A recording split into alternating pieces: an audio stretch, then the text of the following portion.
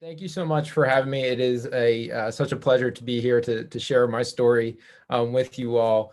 So just very briefly, as a very kind and wonderful introduction, just going to overview kind of my story as a whole and kind of how I'm ended up here talking to all of you on this wonderful chat here. So um, I started kind of my journey starts as a football player. You guys can see the jerseys in the background. This is a big piece of kind of my whole journey and who I am as a person. So as was mentioned, I was very fortunate to play football at Syracuse University. I had a great career there.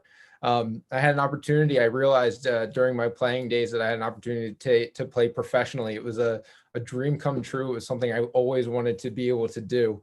And so I had this great opportunity and went to Syracuse, had an awesome career. And 5 days after my last regular season game, I was diagnosed with this rare aggressive form of brain cancer called anaplastic astrocytoma grade 3. This kind of happened. It was just such a swing in my life, right? I went from preparing for the NFL and trying to figure out what NFL city I would end up in. And I was having headaches, wasn't really feeling well throughout my senior season, and finally came to a point on Thanksgiving morning in 2010. I woke up and I was just so sick, so just not feeling well, and finally went down and told the team doctors I couldn't stop throwing up. They ended up sending me to the team doctor or to the team physician. I went and saw the team physician and got a referral for an MRI. So as you can see on the screen here, this mass was my tumor.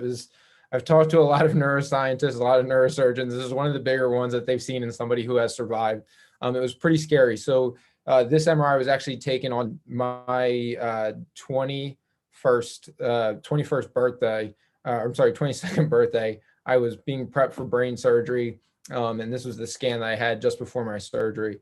Went through surgery and really just at this point really wasn't I know I'd gone through this process, but my initial prospects of what was going on, I'm really unsure. I got the pathology report back about a week after my surgery, and that's when I got my diagnosis. And I found out that my people with my diagnosis generally live only 36 months after their initial diagnosis, and the 5-year survival rate was about 15%. Really just difficult news to hear when you're only 22 years old and this kind of shift happens. But I had some amazing people in my life. I had my teammates at Syracuse started a chapter of the Uplifting Athletes organization. And this is the first time I really learned about the Uplifting Athletes organization and going through kind of my journey and learned about the rare disease community. And it was something that kind of set me on a completely new path. So after my diagnosis, I spent some time trying to still get back healthy, getting to play in the NFL. And at some point, I just kind of said, hey, I've done everything that I could to pursue this dream of playing in the NFL. Now I just want to be able to tell my story and share kind of what I've been through with other people and use my story, hopefully to inspire other patients in the rare disease community to share their stories as well. So after my teammates started the Syracuse chapter of Uplifting Athletes, I reached out to the founder of the organization. I said, I love everything about what you guys do. Is there any way that there would be an opportunity for me to join this organization full time?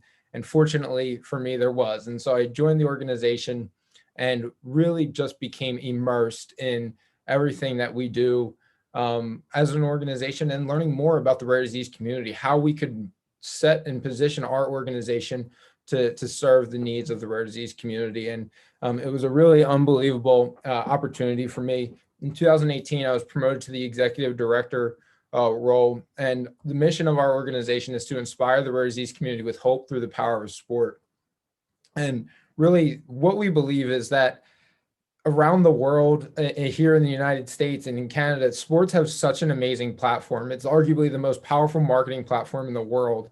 And what we believe is that we can combine the platform and the resources that sports have and to support the rare disease community. And it's been pretty unbelievable. And really our main focuses are the ability to raise awareness for rare diseases, because unlike other umbrella rare disease organizations, we have an entire group of people that follow us, that support us, just because they are fans of football. And so our ability to reach in a new audience, to share these rare disease stories, to share what we're doing, is really unique. And so we don't take it lightly that we have an opportunity to really make a big splash and raise a ton of awareness for the rare disease community. But that's only part of what we really want to do. The other aspect of is what I'm going to spend the second half of my talk here is talking about our commitment to funding rare disease research and how we want to do that a little bit differently than some other organizations. Let's see, next slide. So in 2018, when I joined the organization, we wanted to reimagine the way that we could fund and support rare disease research. And we realized that there was an opportunity to support individuals at the beginning of their career, these young investigators that we wanted to not only celebrate them, but also fund their work and make people aware of how important this early stage of the rare disease drug discovery process really is. And so we developed this kind of unique and new idea called the Uplifting Athletes Young Investigator Draft. If you're familiar with American football and the NFL draft that we have here, really it's NFL teams here in the United States drafting the top athletic talent from the college ranks, and they get them to play for their team. And for us, what we did, instead of drafting the top athletes, we're drafting the top researchers in the rare disease community. So we developed this kind of new kind of program. We've been holding this event, excuse me, for the last 3 years at an NFL football stadium in Philadelphia. Unfortunately, and I guess fortunately, we'll be virtual this year. So we'll be able to reach a whole new audience, publishing this event, on our YouTube page and everything else. But something that we're really excited about is really the mechanics behind the Young Investigator Draft. So as a small organization, we only have 4 full-time employees. We've been able to fund over $300,000 in rare disease research grants through the first 3 Young Investigator Drafts. And we'll be funding another $140,000 in research grants on March 30th. So something we're really excited about. So I'm going to show you, I have a very quick video here just to give you context for the event. A draft is something you dream about as a kid when you're playing sports in the backyard and you have these dreams to be a professional athlete, no matter what sport you want to be in. The pinnacle of that is being drafted. Around the country, we're celebrating young up-and-coming athletes. Tonight in this stadium, we're celebrating young and up-and-coming researchers. The draft day is the culmination of that work, that time you put in, the blood, sweat, and tears, that somebody's recognized that work you put in and think that you're good enough to play for them. And that's how for us with the rare disease community, that sometimes these researchers get overlooked, but they're having such a huge impact on what's happening in the rare disease space that we want them to know that what they're doing, we want you on our team. You're doing amazing things. We recognize it. And that's why we want this draft to be the way it is. Tonight, this is about celebrating them as if it was the NFL draft. Uplifting Athletes was founded with the mission to rare disease community with hope through the power of sport. One of the ways we do this is through recognizing researchers and scientists in the rare disease field for the work that they're doing. They will ultimately be the ones who are responsible for the treatments and cures that we see in rare disease. There are 30 million college football fans in America, and there are 30 million rare disease patients. Which of those 2 groups do you think we know about? Tonight, that's about. All right, so that's a little highlight of the event itself. So really what we're trying to do is to make this exciting, to get people excited about the work that's being done. Some of the other speakers have talked about the prevalence of rare diseases. Here in America, we say is 1 in 10 Americans diagnosed, roughly 25 to 30 million Americans. So rare diseases together, they're not rare, they're actually very common. And so for us, that's a message we want to share with our audience. We want everybody to know that, you hear rare disease and you hear these orphan diseases, they're when you put them all together, it's an incredibly large population and something that if we bring and focus our resources together, we can accomplish a lot together. One of the other pieces I just want to touch on about the Young Investigator Draft and the process by which the researchers are selected, it's really important for us as an organization that we believe so much in collaboration, that no one organization, no one researcher, no one pharmaceutical company is going to be able to solve all the needs or all the problems of the rare disease community. So for this process, because we are a smaller organization, we believe that we can still lead in the way that we fund and celebrate these researchers. So instead of a researcher just sitting down and filling out an application and saying, hey, this is what I'm doing, pick me. We wanted to do more than that. We wanted to help encourage researchers and patient advocacy organizations to connect, to talk, to communicate with one another so that they can work and help each other. And so for our application process, it's actually a submission by a patient advocacy organization in conjunction with a researcher that will go through that nomination process. So they have to work together on this process. We learned that researchers spend anywhere from 40 to 60% of their time just funding or seeking funding opportunities or writing research grants. For somebody that's a patient, that's scary, that's unfortunate, that's something that we want to change.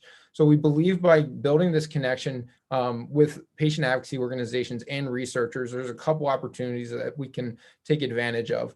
One, that researchers are really having an understanding of the needs of that patient community and making sure that they're focusing their research on the first and second most important things that patient community really needs.